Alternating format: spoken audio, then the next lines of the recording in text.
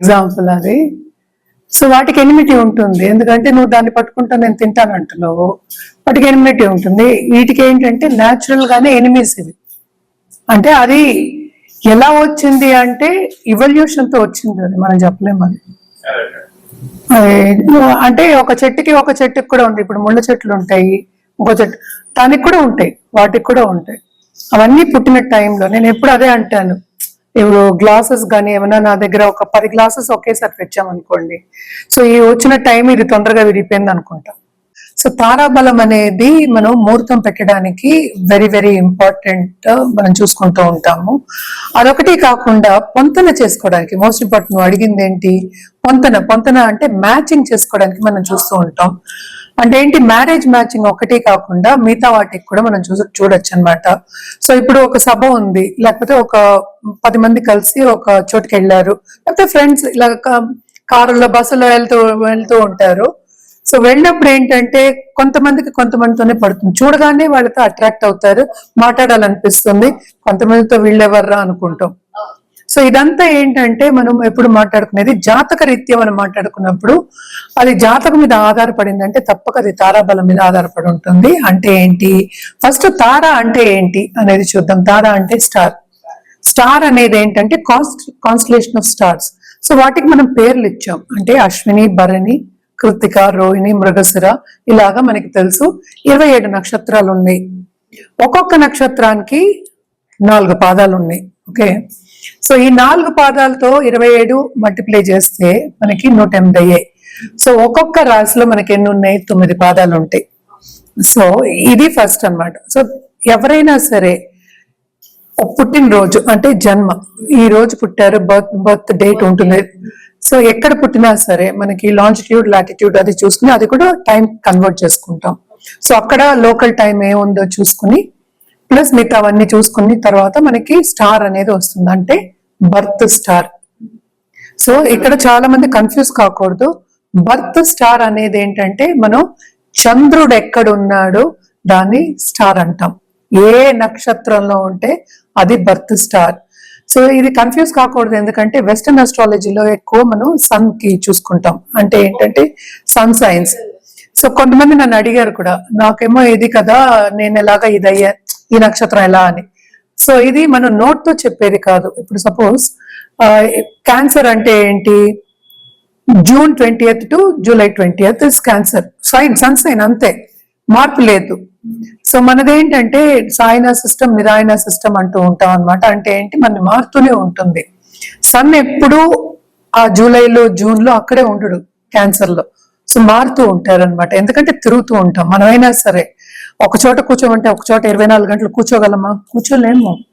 So తప్పక ఏంటంటే అది మారుతూ ఉంటుంది. సో అది చూసుకున్నప్పుడు ఏంటంటే నక్షత్రాలు మారుతూ ఉంటాయి. సో 24 గంటలకి ఒకసారి నక్షత్రం మారుతుంది. సో నక్షత్రం మార్పు ఉండదు, లగ్నం మారుతుంది. సో ఇన్ని చూసుకుంటే కానీ మనం ఒకటి చెప్పలేమన్నమాట. ఒక ఏదైనా అడ్వైస్ ఇవ్వాలన్నా, ఒకటి చెప్పాలన్నా, సపోజ్ ఎనిమిటీ చెప్పాలన్నా, లేకపోతే పొంతన చెప్పాలంటే అన్ని చూసుకోవాలన్నమాట. కానీ జనరల్ గా మనం ఇప్పుడు మాట్లాడేది తారాబలం గురించి. సో తారాబలం అనేది ఏంటంటే జన్మ నక్షత్రం అన్నమాట, జన్మ అంటారు.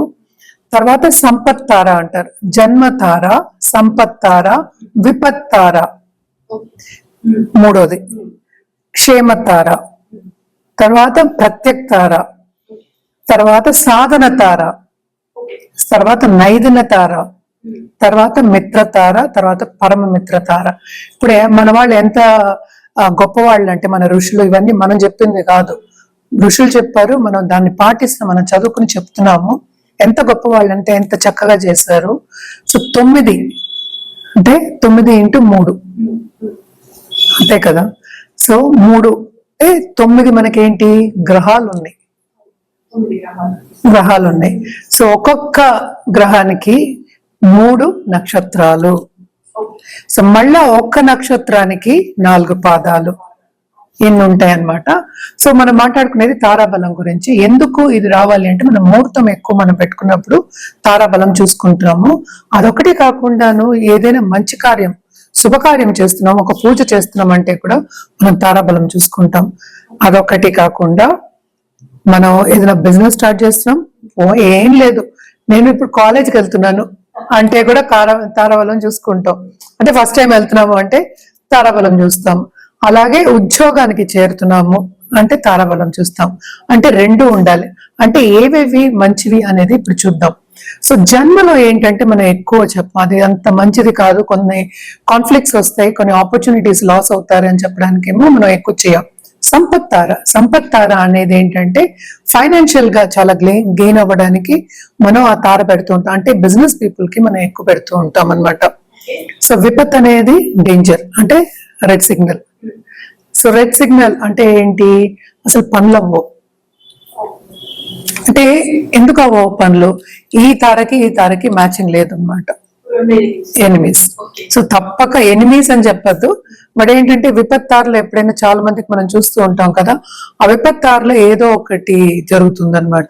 అంటే నెగటివ్ ఆస్పెక్ట్ అనుకున్న ఆఫ్ లైఫ్ జరుగుతుంది. తప్పక కొన్ని యాక్సిడెంట్స్ జరిగే ఛాన్సెస్ ఉంటాయి. అలాగే ఏంటంటే ఏదైనా సరే, ఇప్పుడు సపోజ్ ఒక డాక్టర్ దగ్గరికి వెళ్తున్నాము, డాక్టర్ దగ్గరికి ఎప్పుడు మనం విపత్తారులు పంపించం. అది చూసుకోవాలి, ముహూర్తం చూసుకున్న వాళ్ళు, అలాగే తారాబలం తెలిసిన వాళ్ళు కూడా వెళ్ళారు అనమాట. తర్వాత మనకి వచ్చేది ఏంటంటే మనకి క్షేమతార, అంటే క్షేమంగా ఉండాలి అంటే డాక్టర్ దగ్గరికి ఇప్పుడు వెళ్ళొచ్చు, ఈ తారలో వెళ్ళొచ్చు. అంటే నెక్స్ట్ మనకి వచ్చేది ప్రత్యక్ తార.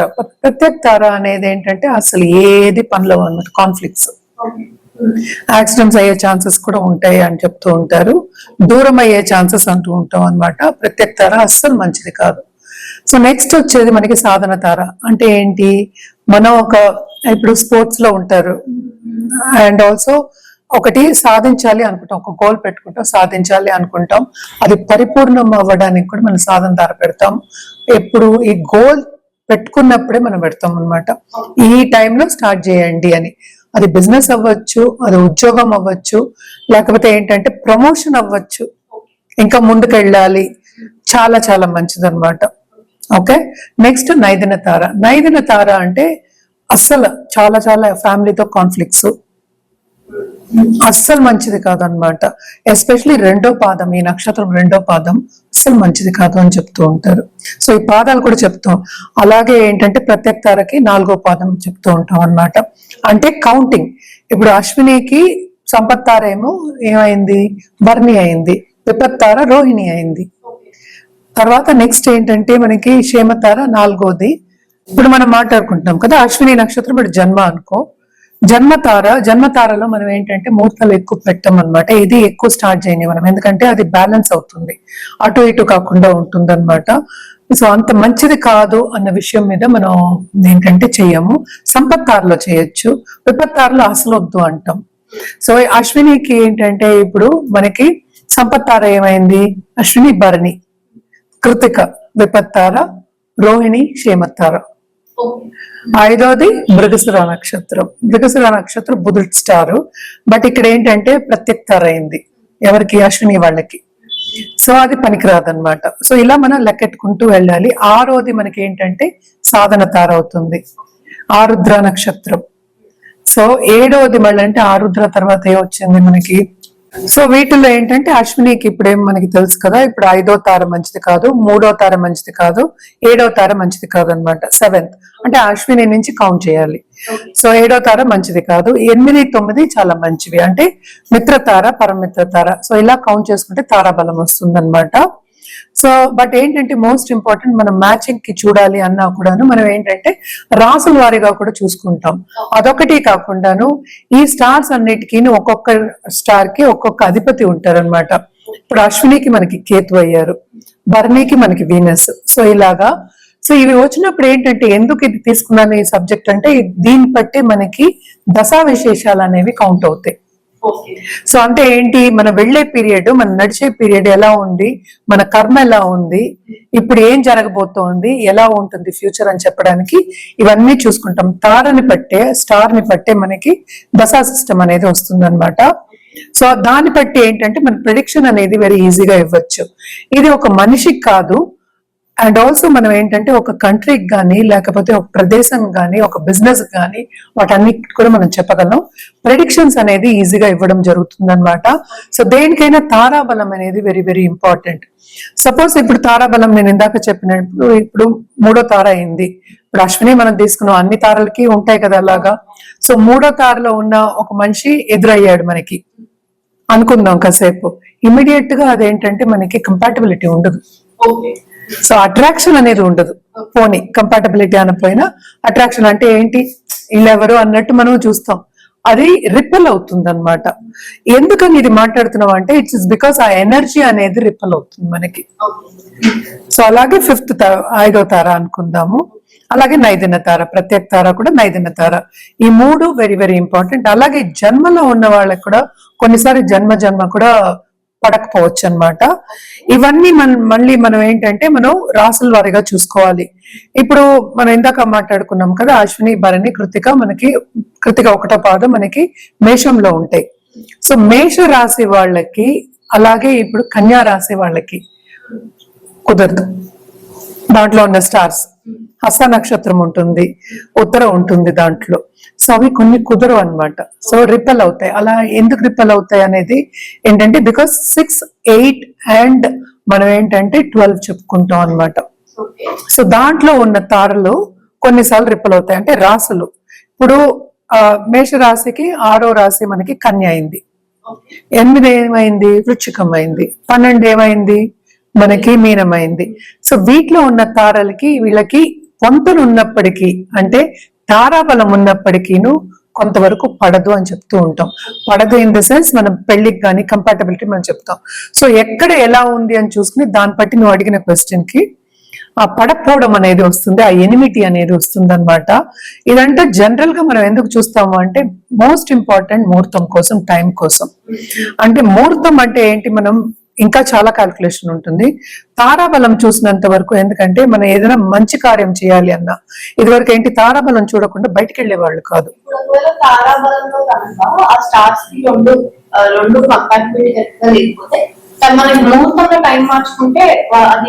ముహూర్తం ఎలా మారుతుంది? ముహూర్తం కూడా ఇప్పుడు తారే కదా. ఇప్పుడు మనం పెట్టే ముహూర్తము టైము అది తారే కదా, మళ్ళీ స్టారే కదా. సో అప్పుడు రాదు కదా, మ్యాచ్ ఉండదు అంతే. ఇప్పుడు అలాగే కంపాటబిలిటీ ఇంకా చాలా దోషాలు అవన్నీ కూడా చూస్తాం అనమాట. సో జనరల్ గా మనం నువ్వు అడిగిన క్వశ్చన్ కి ఎనిమినిటీ ఎందుకు వస్తుంది అంటే it is because of that ఏంటంటే ఎనర్జీ రిపెల్. అంటే గ్రహాలు అంటే ఏంటి, ఎనర్జీయే కదా. గ్రహం పట్టుకుంటుంది ఎనర్జీ మన్ని అంటాం, ఇలా లాగుతుంది అంటాం అనమాట. సో ఆ గ్రహాలు కూడా ఎనర్జీయే. సో ఈ ఎనర్జీ రిపెల్ అవుతుంది. అలాగే స్టార్స్ కి ఎనర్జీ ఉంటుంది, అన్నిటికీ ఎనర్జీ ఉంటుంది. సో బేసికలీ ఏంటంటే రిపెల్ అవుతుంది, పడదు. ఎక్కడో బ్యాలెన్స్ లేదు, బ్యాలెన్స్ తప్పుతుంది అంటే ఈజీగా అందరికీ అర్థం అవుతుంది. సో దాని తారాబలం. సో ఒక్కొక్క రాశి వాళ్ళకి అంటే ఇప్పుడు రాశిలో నేను చెప్పినట్టు 9 పాదాలు ఉంటాయి. ఇప్పుడు 3 పాదాలు మన కృతిక పక్క దాంట్లో ఉంటుంది, తర్వాత రోహిణి ఉంటుంది, తర్వాత మృగశిర ఉంటుంది, మృగశిర 2. సో అలాగా. సో ఇవి చూసుకున్నాము అంటే మళ్ళా ఏంటంటే అధిపతులు ఉంటారు ఒక్కొక్క రాశికి కాదు, నక్షత్రానికి అధిపతి ఉంటారు, మళ్ళా అధిదేవతలు ఉంటారు. దేనికి ఎవరికి ఏం చేయాలి, ఎలా చేయాలి అనేది కూడా వెరీ వెరీ రెమెడియల్ మెషర్స్ కూడా వెరీ వెరీ ఇంపార్టెంట్ అనమాట. కానీ జనరల్ గా నువ్వు అడిగిన క్వశ్చన్ కి ఎనిమిటీకి కంపాటబిలిటీకి తారాబలం అనేది వెరీ వెరీ ఇంపార్టెంట్. అండ్ తారాలు స్టార్ మ్యాచింగ్ కానీ కంపాటబిలిటీ కానీ ఈ మనం చెప్పిన ఈ స్టార్స్ ఎలా ఉంటుంది అంటే ఏంటి, జన్మ, సంపత్, విపత్ ఇవన్నీ ఉన్నాయి కదా, ఇవన్నీ చూసుకున్నప్పుడు మనకి తెలిసిపోతుంది అనమాట. అదొకటి కాకుండా మ్యారేజెస్ కూడా ఈ మధ్యన చాలా మంది ఇవన్నీ చూసుకోకుండా చేసుకుంటున్నారు. కొన్ని అయితే బాగా సక్సెస్ అవుతున్నాయి, కొన్ని ఏమో విడిపోతాయి, అసలు చేసుకోగానే విడిపోతున్నారు. లవ్ మ్యారేజ్ అంటారు మళ్ళీ. అంటే లవ్ మ్యారేజ్ అంటే అట్రాక్ట్ అయ్యే కదా చేసుకున్నారు, అయినా కూడా అవ్వదు, కంపాటబిలిటీ ఉండదు అనమాట. సో చాలా మటుకు ఇవన్నీ మనం చెప్పేది ఏంటంటే మన ఋషులు వాళ్ళు చెప్పింది, మన పెద్దలు చెప్పింది, మన స్క్రిప్చర్స్ చెప్పింది మనం చెప్తున్నాం. మనం కొత్తగా ఏమీ మ్యానుఫ్యాక్చర్ చేసి కొత్తగా చెప్పట్లేదు. సో అలాగే మోస్ట్ ఇంపార్టెంట్ ఏంటంటే చైల్డ్ బర్త్ కూడా ఇప్పుడు పెట్టుకుంటున్నారు. ఎందుకంటే ఇదివరకు అయితే మనకి తెలియదు, నార్మల్ డెలివరీస్ అయ్యాయి, ఎప్పుడు అయ్యాయి కూడా తెలీదు. ఇప్పుడు ఏంటి మనకి చాలా మెడికల్ ఫీల్డ్ కూడా అడ్వాన్స్మెంట్స్ వచ్చేసాయి. సో చాలా మంది ఏంటంటే మనకి దీనికి సిజేరియన్ కి సెక్షన్ కి వెళ్తున్నారు, సి సెక్షన్ కి వెళ్తున్నారు. సో దానికి కూడా 3 తల పెట్టవలసి వస్తుంది అనమాట. సో ఇవన్నీ కూడా మోస్ట్ ఇంపార్టెంట్. ఈ టైంలో పుట్టితే, ఈ తారలో పుడితే బాగుంటారు, ఆ దశలు బాగుంటాయి. అదొకటి కాకుండా ఎక్కడెక్కడ ఏ గ్రహాలు వేరే ఎక్కడెక్కడ ఉన్నాయో చూసుకుని దాన్ని బట్టి మనం ముందుకెళ్ళడం అనేది వెరీ ఇంపార్టెంట్. ఎందుకంటే టైం అనేది వెరీ ఇంపార్టెంట్. మనం నడిచేది కూడా టైంలోనే. సో అప్పుడు మన కర్మని మంచిగా చేసుకోవాలి అన్నప్పుడు మంచి కార్యాన్ని మొదలెట్టడానికి మంచి టైం చూసుకోవడంలో తప్పేంటి. దీంట్లో ఉన్నవి కూడా ఏంటంటే ఉత్తర, హస్త, చిత్త ఉంటాయి అన్నమాట. ఉత్తర ఏంటంటే 3 పాదాలు, మళ్ళీ ఏమో మిగతా ఉంటాయి. హస్త 4 పాదాలు, చిత్త 2 పాదాలు ఉంటాయి అన్నమాట. సో ఏంటంటే ఇవన్నీ కూడా వెరీ స్ట్రాంగ్ స్టార్స్. అండ్ కన్య మనం చూసామంటే రాశికి అధిపతి మనకి బుధుడు అయ్యాడు. సో బుధుడు బేసిక్ గా ఏంటంటే కమర్షియల్ అండ్ ఫైనాన్షియల్ దీని కింద చెప్తాం. కానీ మోస్ట్ ఇంపార్టెంట్ ఏంటంటే ఈ స్టార్స్ నేను చెప్పాను ఏవైతే ఉన్నాయో వాళ్ళందరికీ కూడా చాలా ఇంట్యూషన్ అనేది చాలా ఎక్కువ ఉంటుంది. అంటే ఎదుటి వాళ్ళతోటి ఎలా ఉండాలి, లౌక్యంగా మాట్లాడాలి అనేది వాళ్ళకి తెలుసు. అంటే నేనేం చెప్తున్నాను ఇక్కడ, బిజినెస్ సెన్స్ అనేది ఎక్కువ ఉంటుంది అనమాట. బిజినెస్ సెన్స్ ఎక్కువ ఉంటే ఫైనాన్షియల్ స్టెబిలిటీ కూడా ఉంటుంది. అంటే ఏంటి, వాళ్ళకి చదువుకి ఎంత ప్రాధాన్యం ఇస్తారో అలాగే మనకి ఇన్వెస్ట్మెంట్స్ కి అండ్ ఆల్సో మనకి ఏంటంటే ఏదైనా కొనుక్కోవాలి అంటే స్థిరాస్తులు అంటూ ఉంటాం కదా, వాటన్నిటికీ కూడా వాళ్ళు ఏంటంటే దారి తీస్తుంది అనమాట. అంటే సంపత్తార అనుకుందాం. సపోజ్ నేను ఉత్తరకి సంపత్తార ఏమైంది మనకి నెక్స్ట్ స్టారే కదా, అంటే హస్త అయింది. సో హస్త కూడా ఇందులోనే ఉండడం అనేది ఏంటంటే వాళ్ళకి ఫైనాన్షియల్ గెయిన్ రావడం కానీ ఆ దిశలో నడవడం కానీ తప్పక జరుగుతుంది అనమాట. సో ఫైనాన్షియల్ స్టెబిలిటీ అనేది ఎక్కువ ఉంటుంది. ఎప్పటికైనా సంపత్తార అంటే సెకండ్ తార నువ్వు అడిగినారు. తర్వాత ఏంటంటే మనకి క్షేమతార కూడా వాళ్ళు ఉంటే కనుక అంటే 4th స్టార్ అనుకుందాం. అది కూడా ఏంటంటే టు అ సర్టన్ ఎక్స్టెంట్ వీళ్ళకి ఏంటంటే కంఫర్ట్ లెవెల్ అనేది ఇస్తుంది అనమాట. సో ఇవి 2 చాలా చాలా మంచివి. And also Sadhana Tara 6th Tara. So ఆ తార వాళ్ళతో కూడా వీళ్ళకి పొంతన చేస్తే కనుక, ఆ తారలో వీళ్ళు బిజినెస్ స్టార్ట్ చేస్తే కనుక, ఆ తారలో వీళ్ళు బిజినెస్ డెవలప్మెంట్ చేయడం కానీ ఏదైనా ఒక ఫర్మ్ పెట్టుకోవడం కానీ చేస్తే తప్పక బాగుంటుంది. అదొకటి కాకుండా పార్ట్నర్స్ ని కూడా ఇలాంటి వాళ్ళని తెచ్చుకుంటే చాలా చాలా మంచిది అనమాట. సో దీంట్లో మళ్ళీ ఏంటంటే రాసులు కూడా వస్తాయి. మనం ఇవి జనరల్ గా మాట్లాడుకుంటున్నాం కనుక ఇంతవరకే చెప్పడం జరుగుతోంది. సో ఫైనాన్షియల్ గెయిన్స్ అనేవి హైగా ఉంటాయి. అలాగే మన లక్ష్మీ యోగాలు కూడా మనం చూసుకోవచ్చు, చెప్పుకోవచ్చు. కానీ బేసిక్ గా వీళ్ళకి ఏంటంటే లౌక్యం తెలిసిన వాళ్ళు ఈ స్టార్స్ అన్నిటి కూడా చాలా మంచి స్టార్స్ అని చెప్పుకోవడం జరుగుతుంది.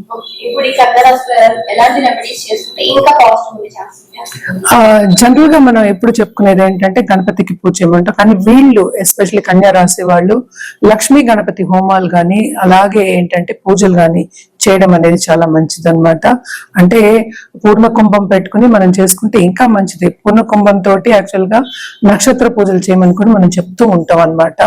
సో అది బ్రాహ్మణులు చెప్తూ ఉంటారు జనరల్ గా చేసేది. సో ఇవన్నీ చేసుకుంటే ఇంకా మంచిది. అండ్ ఆల్సో జపం చేసుకోవడం చాలా చాలా మంచిది. నేను ఇందాక చెప్పిన స్టార్స్ కూడా ఏంటంటే సన్, మూన్, మళ్ళీ మార్స్ స్టార్స్ అయ్యాయి. సో తప్పక ఇవన్నీ చేసుకోవచ్చు. అలాగే లక్ష్మీ నరసింహ కవచం చదువుకుంటే ఇంకా మంచిది.